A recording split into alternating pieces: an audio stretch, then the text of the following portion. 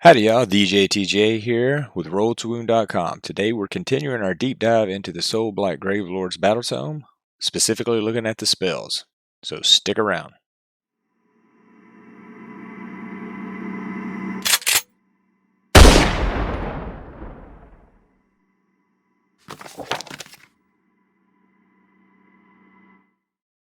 Alright guys, we are finished with the dynasties and we're looking at spells today. So let's get right into it. The first thing that you need to know when we're looking at any kind of spell is if you go back and you look at the allegiance abilities, you've got the locus of Shaiish. And while this isn't on the spell lore page, it directly affects it. If an unmodified casting roll for a friendly Soulblight Gravelord wizard attempting to cast a spell from the lore of death mages or the lore of vampires is a 9+, and that spell is not unbound after the effects of that spell has been resolved, you can immediately resolve that effects again for a second time. I think this is one of the most powerful allegiance abilities that you'll see in our book and even in other books as well. So you're always fishing for them 9+s to let your spells go off twice. Now that being said, there are some caveats you have to keep in mind, especially with 3rd edition. The first one is there's some of these spells that don't allow you to let them go off twice. You just have to read the rules on those spells and make sure you understand that. In 3rd edition, you can also not stack your minuses to hit and minuses to wound debuffs anymore. So like we were used to Legions of Nagash, if that went off, a lot of times you'd give a -2 to hit to somebody. So you're going to have to spread your locus around a good bit more. But if you keep that in mind, it's super powerful and you're always going to be fishing for those high rolls. All right, so as you're looking at the spell lore, there is one spell that everyone knows, and it's not in the lore of vampires or the lore of death mages. It's called Invigorating Aura. Invigorating Aura has a casting value of 8. You can add 1 to the roll for each friendly Soulblight Gravelord hero on the battlefield. If successfully cast, pick 1 friendly Soulblight Gravelord summonable unit wholly within 18 of the caster. You can either heal up to 3 wounds allocated to that unit, or if no wounds are allocated, you can return a number of slain models to that unit with a combined wound characteristic of 3 or less. The same unit cannot benefit from the spell more than once per turn. Okay, so couple things to think about. You're going to get 3 wounds back on summonable units. So for the most part, you're going to be bringing stuff back unless you have like Black Knights or Dire Wolves. Then you might only be getting 1 model back. So this is just another way to bring your models back, because like in this newer book, we're not as it's a little bit harder to bring models back. This is another way. It is one of the higher casting values in the books, but like it's saying, for every wizard on the battlefield, so if a wizard's casting it, it should be a casting value of 7, and if there's more than that, it'll go down. It's solid. Unit cannot benefit more than once, and it doesn't go off on Locust because it's not part of the lore of Death Mages or Vampires, and only works on summonable units. This would have been so awesome if it worked on any unit, any Soulblight Gravelords unit. This would just be great. I would love to be able to get extra heals on your heroes, your Blood Knights, your stronger things. But there's other ways in the books to do that. All right, moving along. We're starting out with the lore of vampires, and the first thing you got to understand is when you're looking at lores in this book, they're divided into 2 categories: the lore of vampires and the lore of death mages. The lore of vampires, only Nagash and vampire wizards know these spells. So basically, all your vampire heroes, Nagash, and your 2 Mortarks. So they're going to have access to these spells.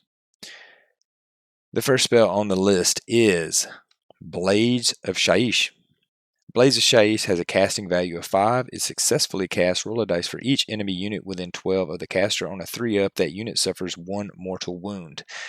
Nice on a combat vampire lord if you get into combat, or get up in the front line. But you need to get close, and it's only 1 mortal wound and on a 3+.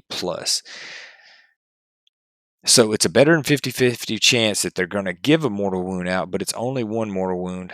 if you're going to give me something on a 3+, I say make it a D3, or it is only 5 to cast, but still, to me, 1 mortal wounds on a 3-up, it's very swingy, and it's more than likely not going to do that much damage. So it's not the worst spell in the book, but it's definitely could be a little bit better. Next spell is Spirit Gale. Spirit Gale has a casting value of 5. If successfully cast, pick an enemy unit within 18 of the caster that is visible to them and roll 2d6. If the roll is greater than the unit's bravery characteristic, that unit suffers a mortal wound equal to the difference between the bravery characteristics and a roll. Swingy and not consistent. Average roll is 7 on 2d6, right? Average leadership in the game traditionally has been around 7. So low chance to do anything just because you're hitting right at that number. But if it does combo with other things, and there's a lot of debuffs in this book for bravery, not a lot, but there are some. So just keep that in mind that you do have ways to debuff bravery. So this kind of helps out. Not super bad, but you got to keep in mind too that if you face demons, if you face like other death that are going to have leadership 10, if you're facing high leadership armies, and it seems like there's more high leadership than there is low leadership in the game. I don't know. It's just hard to get this to actually do anything. All right, moving on to Soul Pike. Soul Pike has a casting value of 6. If successfully cast, pick 1 enemy unit within 18 of the caster that is visible to them. Until your next hero phase, if that unit makes a charge move, roll a number of dice equal to the charge roll for that unit.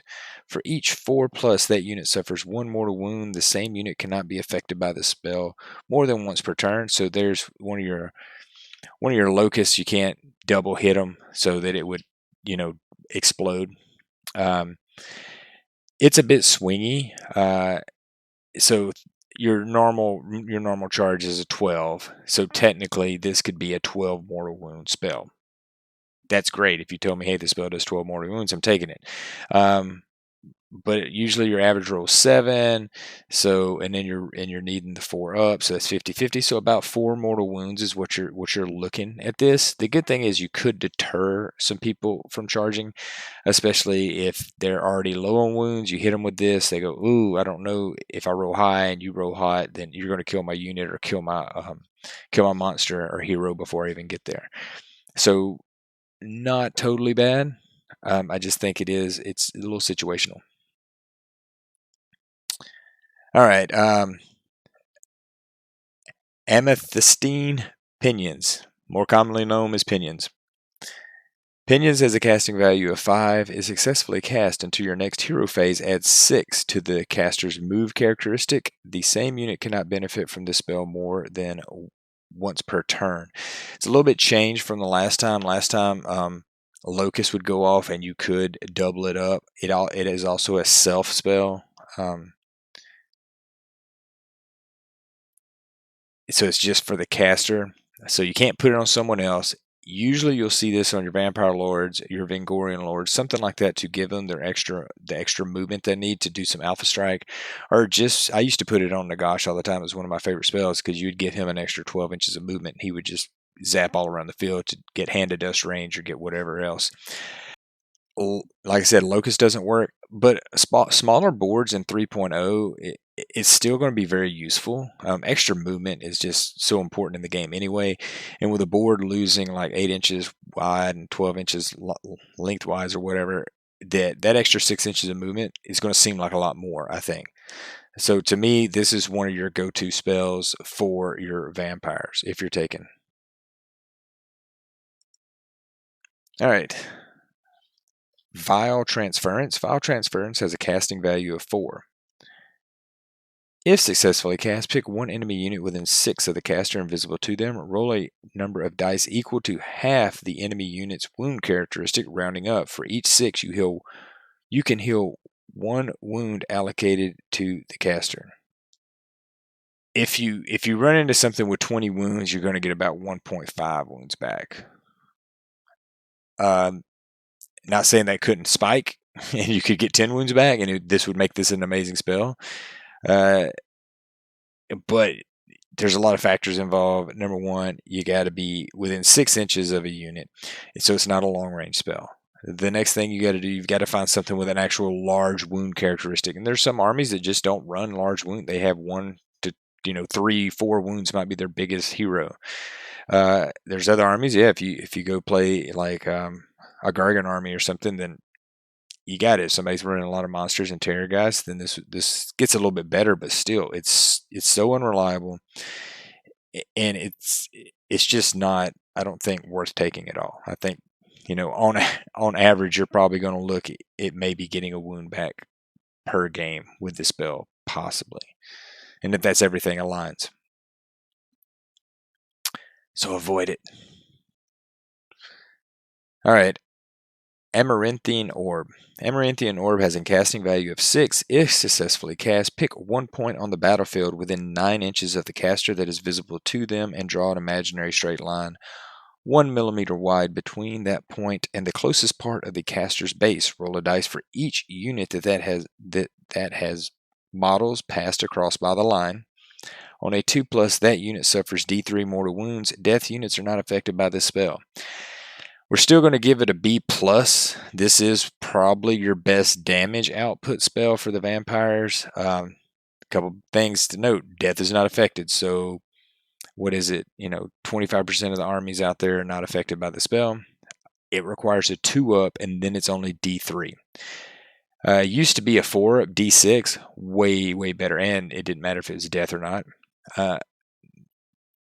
If you're in a good position, you can tag several units, especially if somebody uses a lot of synergy where they have 3 or 4 units piled up next to each other, especially heroes and casters.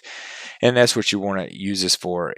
I think if you're not taking, it just depends on your build. If you're not taking pinions like on a Vampire Lord, Amaranthine Orb might be the one to take. If you feel you don't need the extra movement, go with this.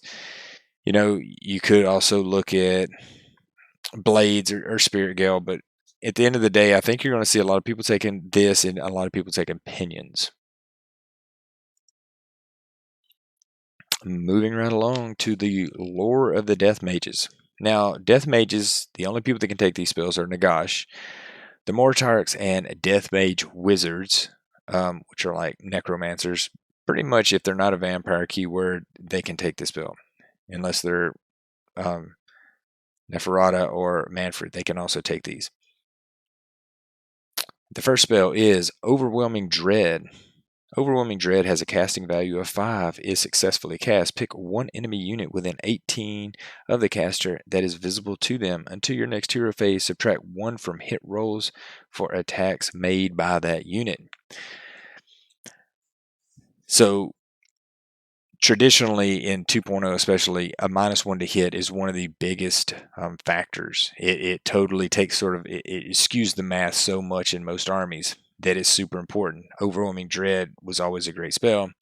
And then when you would cast Locust, boom, boom, you put a -2 on the same unit. Locust now, remember in 3.0, you can't double negative somebody. So keep this in mind though. Here's how it would work.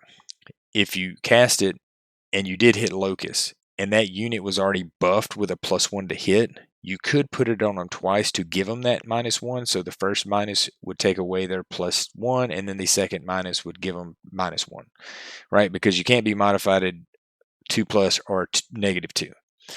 So I believe that's the way it's working in the new edition. So you can look for those opportunities to stack Overwhelming Dread.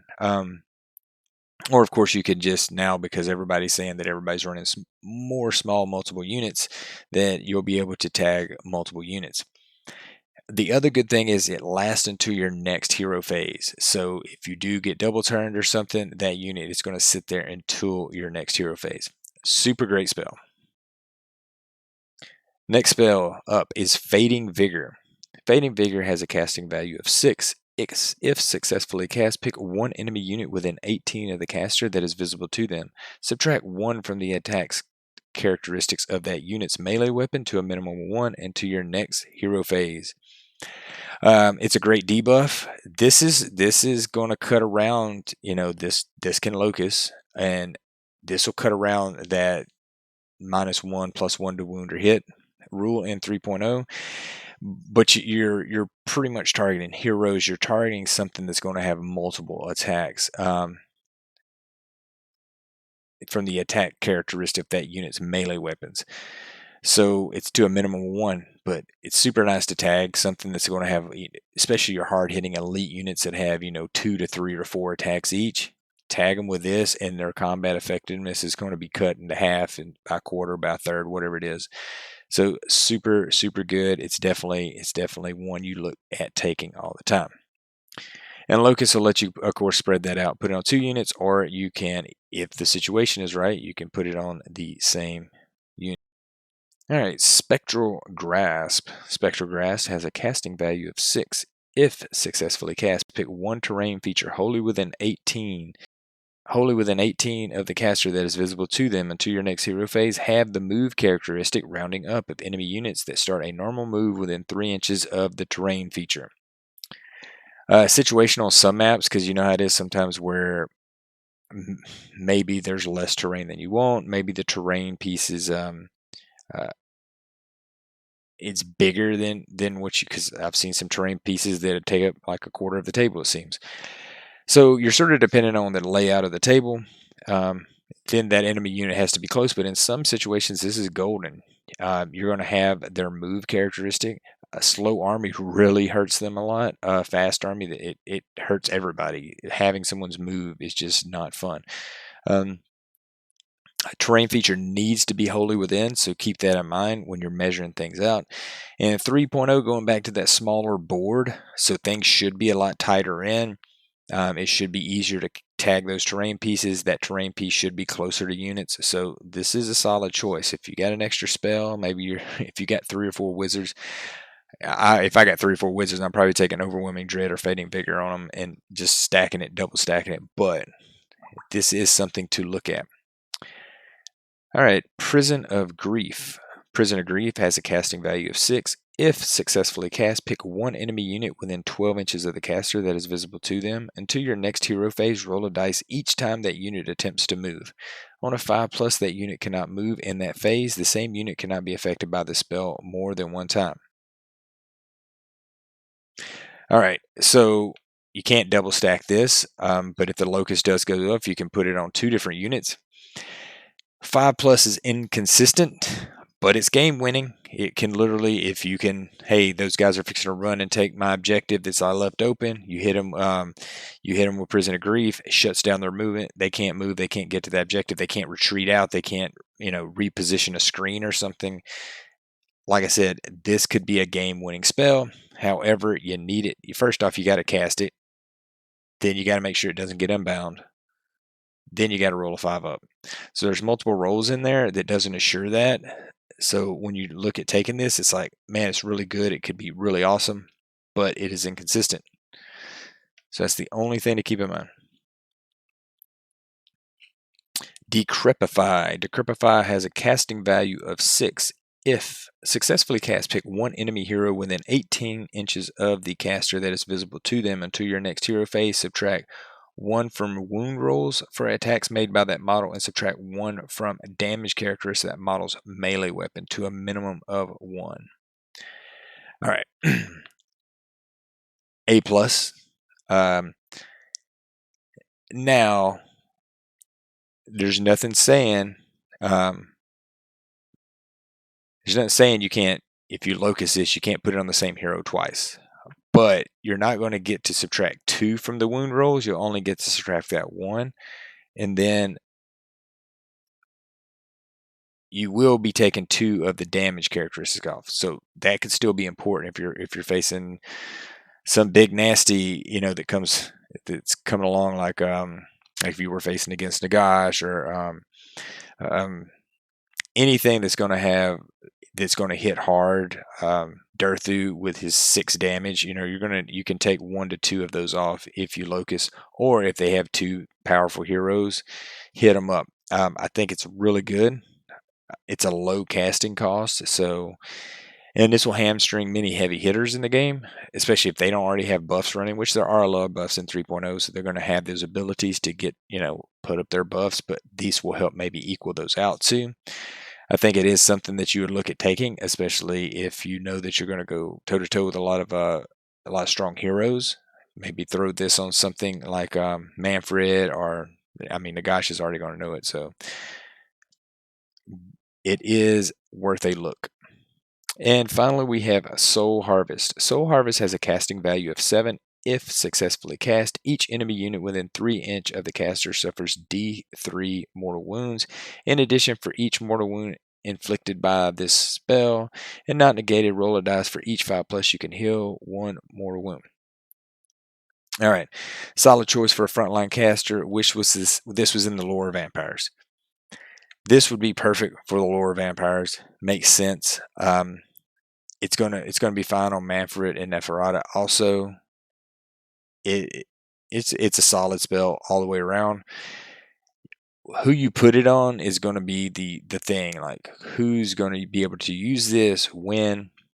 That's the biggest iffy. I mean, I don't want to get my Necromancer within 3 inches of anybody. And if I'm taking a Necromancer, I'm probably taking Overwhelming Dread or Fading Vigor anyway. But solid choice on your Mortarx and Nagash if you're bringing him. This is something you'll want to look if you're in combat to cast.